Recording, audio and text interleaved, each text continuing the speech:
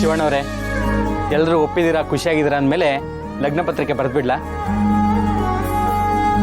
ಕೇಳೋದೇನು ಶಾಸ್ತ್ರಿಗಳೇ, ಬರೆದ್ಬಿಡಿ. ಏನು ಶಿವ? ನೀವು ಹೇಳ್ದಂಗೆ ಆಗಲಿ ಮಾವ. ಶಾಸ್ತ್ರಿಗಳೇ, ಬರೆದ್ಬಿಡಿ.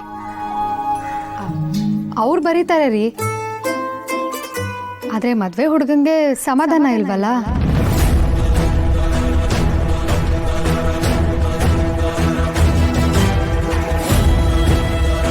ಅವ್ರ ಅಣ್ಣ ಅವನಲ್ಲ ಶಿವ, ಅವನ ತವ ವರದಕ್ಷಿಣೆ ಕೇಳಬೇಕು. 10 ಲಕ್ಷ ಕೇಳ, 100 ಗ್ರಾಮ್ ಬಂಗಾರ ಕೇಳು.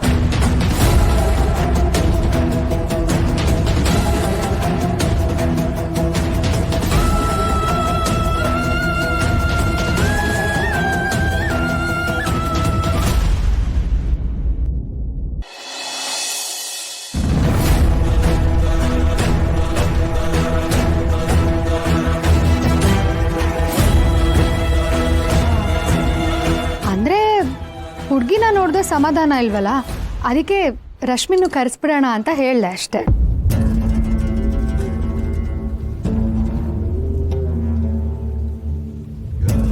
ಹೌದೌದು, ಗಂಡು ಹೆಣ್ಣನ್ನ ಕರೆಸಿ ಇಲ್ಲಿ ಕೂರಿಸಿ. ಯಾವುದೇ ನಿರೀಕ್ಷೆ ಇಲ್ಲದೆ ನಡೀತಾ ಇರೋ ಮೊದಲನೇ ನಿಶ್ಚಿತಾರ್ಥ ಇದು. ಎಲ್ಲ ನಮ್ಮ ಶಿವು ಅದೃಷ್ಟ.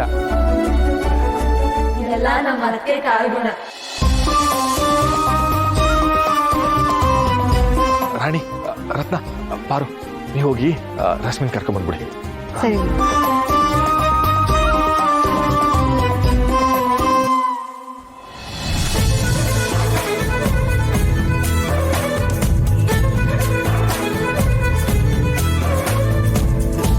ಗುಂಡಕ್ಕ, ನಿಮ್ ಹುಡುಗ ನಿನ್ನ ನೋಡ್ಬೇಕು ಅಂತ ಕಾದಿದ್ದು ರೂಮ್ ಕಡೆ ತಿರುಗಿ ನೋಡ್ತಿದಾರೆ.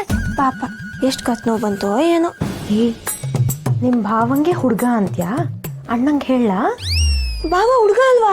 ಅಕ್ಕ ಏನ್ ಹೇಳ್ತೋಳೆ? ಈ ಚೋಟು ಸಾಕು, ಕಾಲು ಎಳಿತು, ಬನ್ನಿ ಹೋಗೋಣ.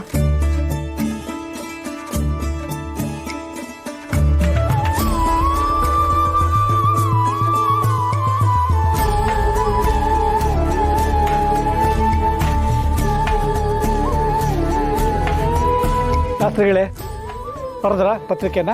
ಆಯ್ತು ಯಜಮಾನ್ರೆ, ಹುಡುಗ ಹುಡುಗಿನ ಕೂರಿಸ್ಬಿಟ್ರೆ ಲಗ್ನ ಪತ್ರಿಕೆ ಓದ್ಬಿಡ್ತೀವಿ. ಹಾ, ಕೂರಿಸ್ತೀವಿ ಶಾಸ್ತ್ರಿಗಳೇ. ಪ್ರಶಾಂತ್ ಅವರೇ, ಬನ್ನಿ, ನೀವು ಕೂತ್ಕೊಳ್ಳಿ. ಕೊಂಡು ಕೂತ್ಕೋ ಬಾರವ. ಕೊಂಡು, ಕಣ್ಣೆದುರುಗಡೆ ನಿನ್ನ ಕೊಂಡು ಅಂತ ಕರೆದ್ಬಿಟ್ಟೆ. ತೆಪ್ಪಾಯ್ತು ಕಣವ. ಹೋಗೋಣ, ನಂಗೆ ನಾಚಿಕೆ ಆಗತ್ತೆ.